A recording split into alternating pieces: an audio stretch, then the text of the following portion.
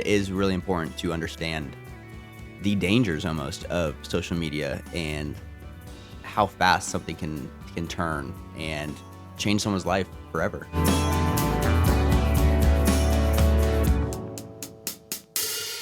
Welcome back to the Social Media Sobriety Podcast. I'm your host, Tyler Mundo, and joined to my side is Carson Rosen, somebody who's involved a little bit with law. And today, if you can see the title, today is a crazy episode. Just with what happened, it was really at home here at KU. There was two people that went viral a couple weeks ago for doing stuff in a bar bathroom that is pretty explicit, and it went around everywhere. Twitter, Yik Yak, TikTok, and these people's lives now are on blast. Some people say they could be ruined, and here we're going to talk about it, less of a gossip story, but more about what are the actual implications, should this have happened at all, what are potentially consequences, things like that, and even a bit of a lost side. So first, Carson, please just tell the audience a little bit about yourself and who you are.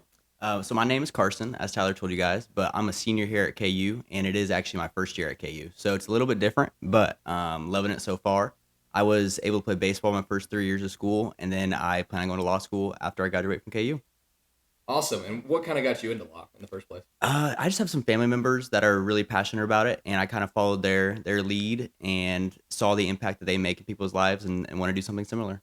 That's awesome. So now let's get into the actual story of what happened. Feel free to jump in any time. But basically, a couple weeks ago, there was a girl and a guy who were caught in the bathroom doing stuff. It was a bar bathroom, I believe a unisex bathroom, right? Anyone could go in there. But either the stall door was broken and people could just record. So basically, a couple guys went in and found them doing stuff and recorded it. That went viral, a couple clips of it. I'm sure if you scour the internet, you could find them. And then there was other implications, like the guy said the N-word, and he went viral for it. Other implications that the girl was actually cheating on her boyfriend that people found out. And there was just a lot of pushback and things like that from those people alone. People started finding their names, their family members, and it went over Twitter. I mean, fun fact, so I don't have Twitter, but I logged in, and I haven't used my algorithm in probably over 7 months.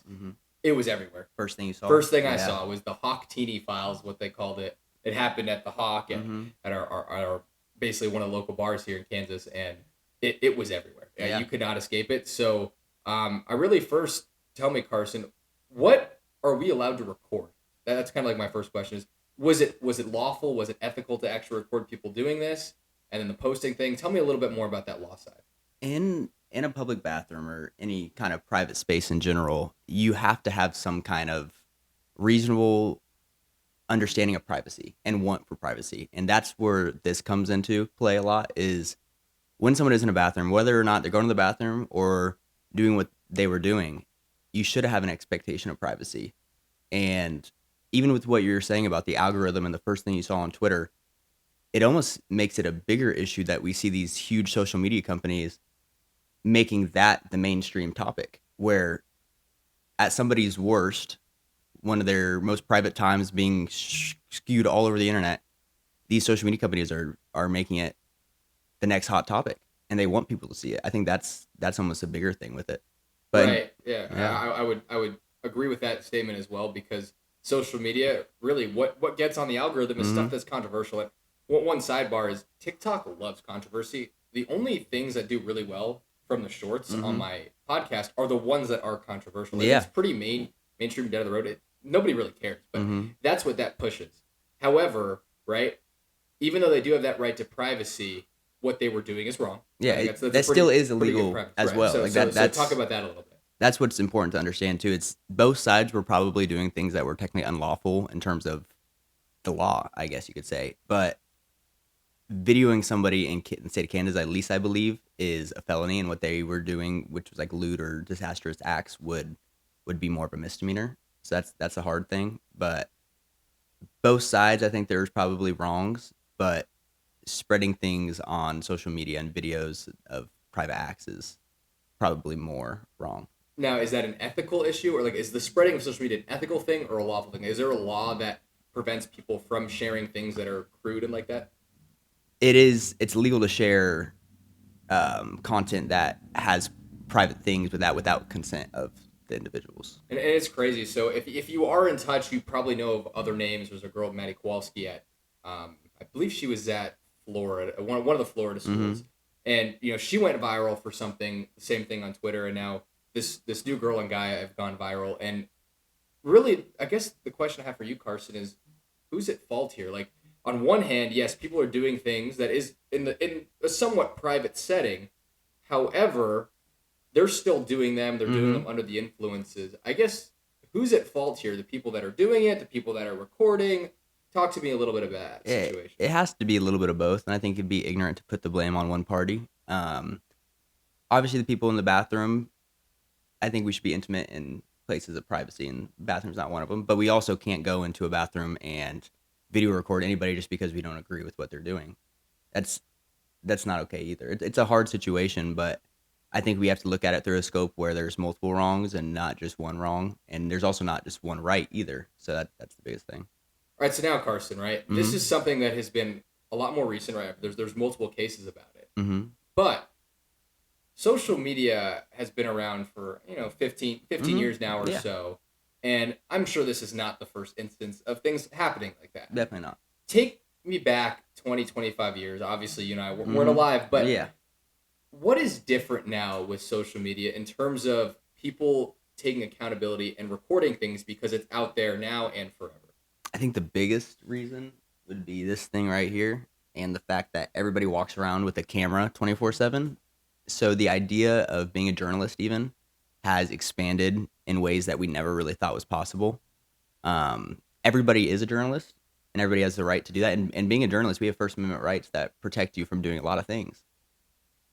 I don't think everybody should necessarily call themselves like a journalist and be able to just go take videos and pictures and invade privacy whenever they want because they have a camera. I think there has to be some deeper laws to kind of combat that and make it so the people that we are truly listening to and getting our news from, they have a reason why they're the ones getting the news. They're not just some random person that thinks this, And one point to make, right? In journalism, you can contact and find out every person that has written an article, recorded a video package, part of a segment. But now with Twitter and Yik Yak, that accountability for the person who is doing the recording and sharing is gone. How has that changed our rights to privacy? Because now you can post whatever you want. I think this kind of gets into the whole Twitter burnerverse and why Yik Yak was recorded. They're anonymous places. Yeah. So, one, I think it's unbelievably scary. But two, how has that changed what people post? Because now there's no consequence for posting things like this that is even further impacting these people's lives. And like you said at the beginning of our show, the first thing when you download Twitter again was something about the Hawktini files hashtag, which is unbelievable. You haven't been on Twitter for how long? Or X, I guess you could say. No, so I haven't been on there since KU baseball season last year. Yeah. And I will tell you, I only followed teams in the Big 12. That was my only thing I used it for was KU baseball data and what was going on in the Big 12. Yet because they know I'm connecting to Kansas in some way, and it was such a big story, it was just there. And that was the first thing I saw. And really, I couldn't avoid it. That was probably the first time I've scrolled on a social media app in a long time because I was curious, how long could I go with this being the only thing going on? Gary Woodland won a U.S. Open championship, which is huge for Kansas. Yeah. He was a KU alum. I didn't see that probably for the first 20 minutes of being on there, which is crazy to think about. Yeah. It shows you that the algorithm, I guess you could say, or just the idea of people posting things, they want to post these minute clips or these minute bites where that'll grab your attention instead of posting things that really matter. And when we put all of our attention towards the quote unquote Hawktini files and not on real world problems or things that actually matter, and it makes people want to post more things like that because they realize that's what gets the attention. And it's a path that I don't think we should probably go down. And again, there's no consequence if you're running an account with a fake name because you can say whatever you want and it's not really going to be traced back to you.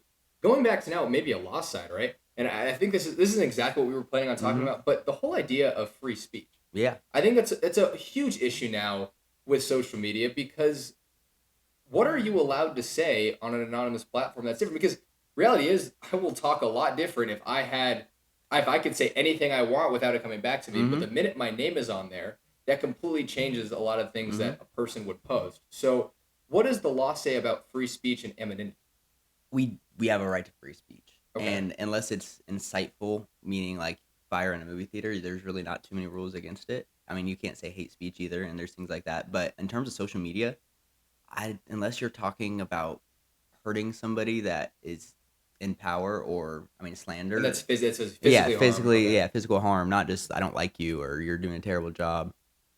There's not too many things that can come back to you and get you in actual trouble. But like if you say you wanted to do that, go hurt somebody, or saying these crazy things that are meant to cause panic and end up people getting hurt, then yes, you can get in trouble for that. Now, I want to bring that back to kind of whole situation. So, I don't know. I can't assume that there was any implication that these people were videoed. Mm-hmm.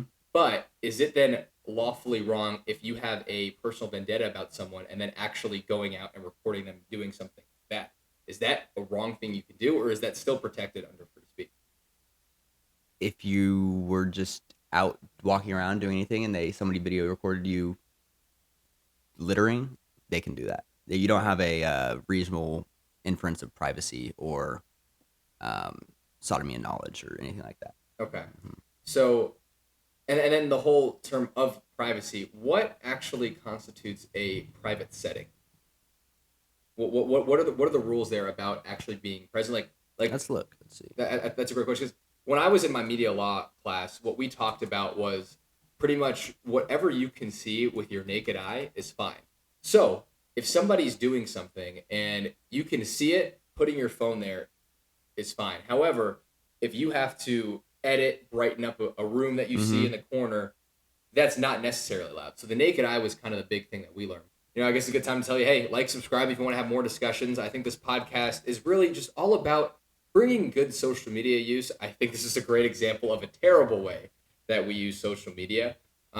But that's what this is all about. I know that the whole name is social media sobriety, but this is the new version because reality is not everyone wants to delete social media and not everyone should delete social media, but it is a good tool to have. You just got to use it correctly. I personally don't love it. I don't want to be on it, but for the person listening, find better ways to use it. Anyway, Carson. A lot about the reasonable expectation of privacy and where that privacy actually comes from is usually in your own house. If you have a reasonable expectation, which is what we use for a lot of things in law, um, of your actions being private, then and a normal person would think so, then that would be considered private.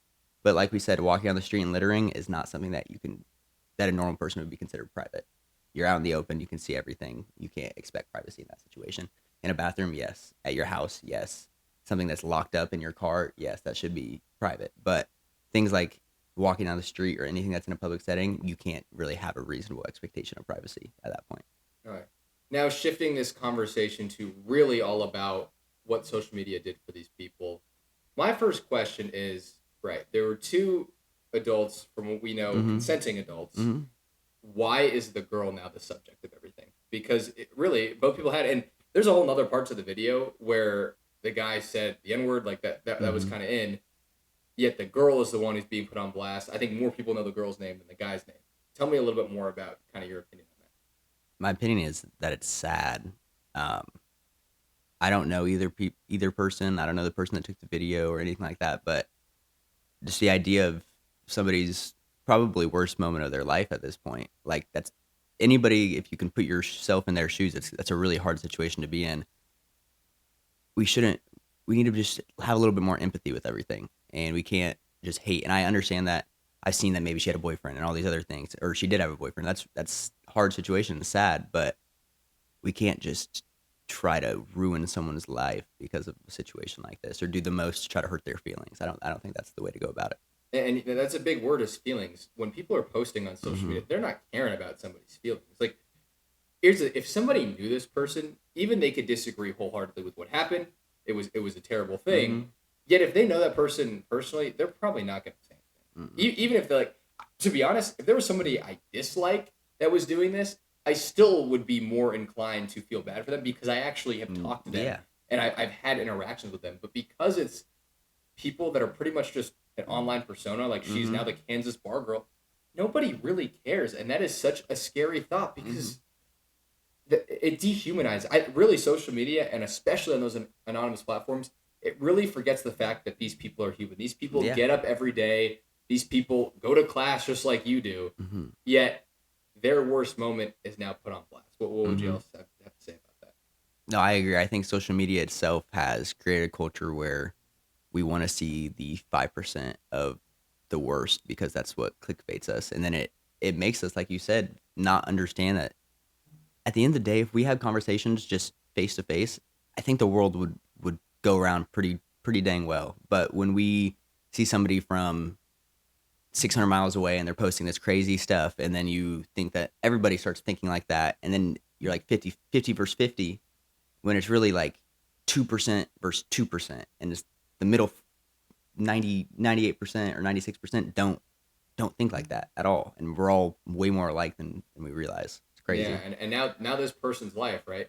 And I think this is where social media has totally changed what people do, because this person now, and any person that who's been caught on camera on anything, what's that going to look like for their jobs in the future? What's that going to look like for their family dynamic? Here's a crazy thing that I saw.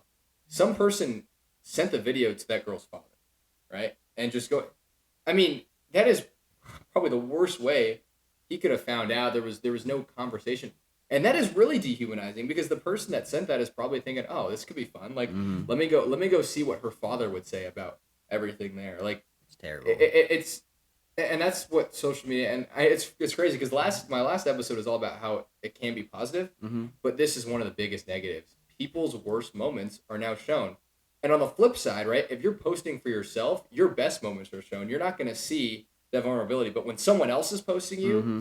it's all about your worst moments. And unfortunately, like we mentioned earlier, that's what actually gets pushed by the algorithm. Mm-hmm. It's a tough situation. Um, I it's hard to even talk about the situation, like the exact situation that happened. I don't want to bring any more light to it than it already has, but it is really important to understand the dangers almost of social media and how fast something can turn and change someone's life forever. And you don't really want to see that. Right. All right. I personally don't want to see that. One other question, right? So, who is sharing someone's name have any legal principle or legal thing, or is that still because of public information? Are we allowed to do that? If they were lying about a situation that occurred using their name, then yes. But if People find it. if it It's if it happened and you say yeah they did this and it's real, then there's not too much you can do. all right. So, what should the big takeaway be here, Carson? Right. First, for people just living their lives, right, is Mm-hmm. people need to be cautious of what they're doing. Mm-hmm. But maybe for people that are actually spreading the information, what should people do before they think about it and share something like that? I think that the best way to go about anything when you are dealing with something that could potentially hurt somebody else is just putting yourself in their shoes for a second. Or if you have a sister or a mom or a like your best friend or little brother, anything, just think about if they were in that situation, how you'd want people to react and how you'd want people to handle it and go from there. I think the golden rule is a good way to live life and just treat others how you want to be treated and things will go pretty well. Now, do you see a situation in the future where social media, like, do you think this is just going to be the future with social media with viral incidents like this, or do you ever see maybe something positive or something to change that can happen in the future, and that could be lawfully, ethically, or even socially? Like, is this really how it's going to be now from now on? I think in America it would have to be socially first. I don't think people would be okay with laws limiting free speech. You've seen that in some European countries, and they make a big deal about it. Or at least our politicians here make a big deal about it. How we're going to lose our free speech, but at the end of the day, do we want little like our kids reading these hateful messages? Personally, no. But the question then becomes, who gets to decide what we can post and what we can't post, and is that just a simple majority, or is one person like going through Instagram and Twitter and TikTok and making sure that everything that's posted is okay? Like, who gets to decide that? That's the hard part. Is we would like it, like in theory, each parent to make the decision for themselves and their kids, but that's unfeasible too. So All right, last little tangent I would love to go out on, because you brought up a good point there. Who's responsible, or how much responsibility is liable for the social media companies being able to spread that message? Because even though it really could be against our free speech rights, if there's something that's seen as obscene or terrible, is it the responsibility of maybe the people that are actually looking up the apps that, or the people that are running the apps to kind of block that? Or what is kind of your thought on that, Carson? I think that it is important for social media companies to kind of do that. And we've seen recently, actually, as in March of 26, that Meta or Zuckerberg or Instagram, Facebook, all of it is facing a lawsuit for negligent use social media addiction. And they're paying a lot of money for it, potentially $375 million to for their failure to protect children from sexual exploitation. So we're already seeing like lawsuits come around. And with the AI age, everything can be handled a lot quicker too, in terms of finding out what's been happening and who posts this and what's good, what's bad, kind of thing. But then the question is again, what is good, what is bad, and who makes that decision? Yeah, and that's always we talked about before on Mm-hmm. this channel is who's actually responsible. I'll be honest, I didn't think that Meta was going to be found liable for Mm-hmm. it because it is such a slippery slope case. He said, she said, because is it really the social media's platform responsibility to block that, or are they just trying to make money? But at the same time, it does cause real world harm. Now, is it the users that are actually creating that harm, the people that are posting things that are making people feel sad or depressed or comparing, or is it the platform itself? And there's so many questions that arise, and it is such a big discussion that we've had and will continue to have on this platform. But now, Carson, I'll kind of end you with one final Mm-hmm. question. Does this change for you or the people around you how you see content like this on social media? Do you can you humanize a little bit, or is this still seen as something that's funny? And like, I really, for younger people too, what should their takeaway be from seeing something like this go viral? Do they join in the fun and think it's really funny, or is it really a time for us to be in a crisis and say, hey, somebody's lives are ruined because of people recording? Really, Mm-hmm. tell me a little bit about that. I try to just skip right through it. To be honest with you, we've talked a lot about social media use and even scrolling for 20 minutes versus putting my phone down and going clean my room or my bathroom or anything that's productive actually. And I have tried to live that life a little bit more, but with things like this, for myself at least, I just try to not look at it the best I can. And there's a lot of other things going on in the world right now that garner my attention a little bit more, like even like a lot of things. But for kids and stuff like this, I think that the best thing you can do is see this and just tell yourself that you don't want to put somebody else in that position or be in that position yourself, and to try to just stay away from doom scrolling and getting into these rabbit holes of things that aren't truly important and really just are hurting other people. Because on one hand it's hurting yourself because you're going through that doom Mm-hmm. scroll, you're losing your ability to communicate and actually have good social interaction, Mm-hmm. you're losing your ability to be bored and actually have your Mm-hmm. best generated ideas Mm-hmm. because you're having the time to actually think. Mm-hmm. And then on the flip side, you're also impacting other people's lives who, even at their worst moments, are still people. And And probably pretty damn good people. yeah, Like that's what the biggest thing you got to realize is like one moment does not define somebody, and if we let that define somebody, I would love to see everybody's moment, regardless if it was filmed or not, and then we can compare it all. Because I, for the people that are really judging it too, I bet if we had your worst moment on film, that you probably wouldn't feel too good about yourself I was either. just about to say that, Carson. It's Yeah, not a fair comparison yeah. because the worst moment of everyone's lives is going to be way worse than the average person's average life, right? If you really were to go and find every single person, even the people that are posting anonymously, if your worst moment was filmed, I'm sure that would be Mm-hmm. a really bad moment. And it sucks because you can just add fuel to the fire without the accountability. Mm-hmm. And I really do think, and Cars, you kind of we can have a discussion here. I think Yik Yak is one of the worst things that is out there. And I think Twitter is kind of a sub platform because Mm-hmm. the idea of being able to say whatever you want without any consequence allows for some of the most heinous things to be spread, the most hateful things to be spread, and that medium is just there because you can post whatever you want and you can say whatever you want. Yet the whole thing to keep it protected in a way is you just can't name drop. Yeah. It doesn't. I'm not on Yik Yak too much, so I don't really get the see all the feed and everything. But the only thing I do like about Twitter in terms of just viewing it is they do have like really good filters, so you can filter exactly what you want to see. So like for like war, I can filter my feed to only be talk about the war or the Strait and oil and all that kind of stuff and things that I want to learn about versus just seeing the normal algorithm and getting all this random stuff that I is a waste of time. So you can use it more as a news source in ways, but at the same time though, who's posting it? Like I'm seeing some randos that have no business like spreading their truth, I guess you could Right, say. and that totally makes sense. Is we really there's even a whole episode of this podcast out because of a situation that happened in a bar in Kansas, where I'm sure has happened in many other places, and that took the precedent over a lot of real world issues, and that's sad. And I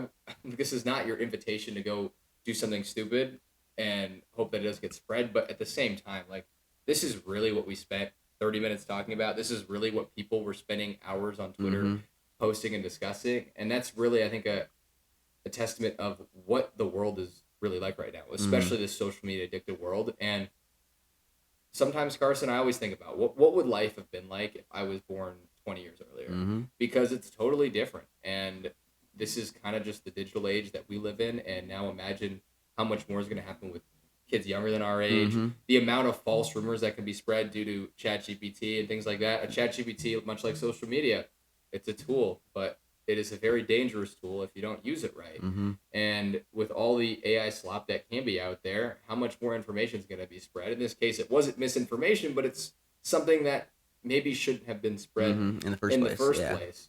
And that's now this person's whole relationship is on blast. Like it's just, it is a crazy world, and I really don't have. What, do you have anything else to kind of conclude with? I think like what you're talking about, though, it comes down to the realization that I think people think it's a game, and it's not. It's real life. Like, yes, we're on our phones, and it doesn't seem like it's real, and we're just looking at a screen. But like, these are real people's lives. This isn't bit life, my bit life. You know, this is real stuff. You can't just play around with people's lives. I mean, obviously, sometimes, yes, like there's reasons for people to be ousted, and the things they did or what they said to somebody or blah, blah, blah, blah should be known by people. But I don't think this is one of those situations. And was there mistakes made? 100%. Big mistakes. But their lives shouldn't be just put out for every single person to judge without knowing anything. And imagine too, like we only have a little bit of, I guess, like proximity to them because we go to the same school. But if you're watching this in any other place, like, yeah, it really makes sense why some people don't really feel the empathy, because to them it is just a character on their screen. For us, it was a student, a couple students here, but then again, like, I've never met these people, and I understand that they went to a place that a lot of us have been to, but at the same time, if you're watching this in New York, it's just another thing that's going to pop up on your feed that you might laugh, you might look at it, and then you scroll through and never think about it from a empathetical perspective, or if I was in their shoes perspective ever again. And that is really one of the biggest dangers of social media and how ideas like that spread. So Carson, thank you so much for joining me. I think it was a very productive discussion. Sorry if this wasn't as gossipy, as clickbaity as you wanted, but this podcast is all about real conversation. How can we improve the world through social media?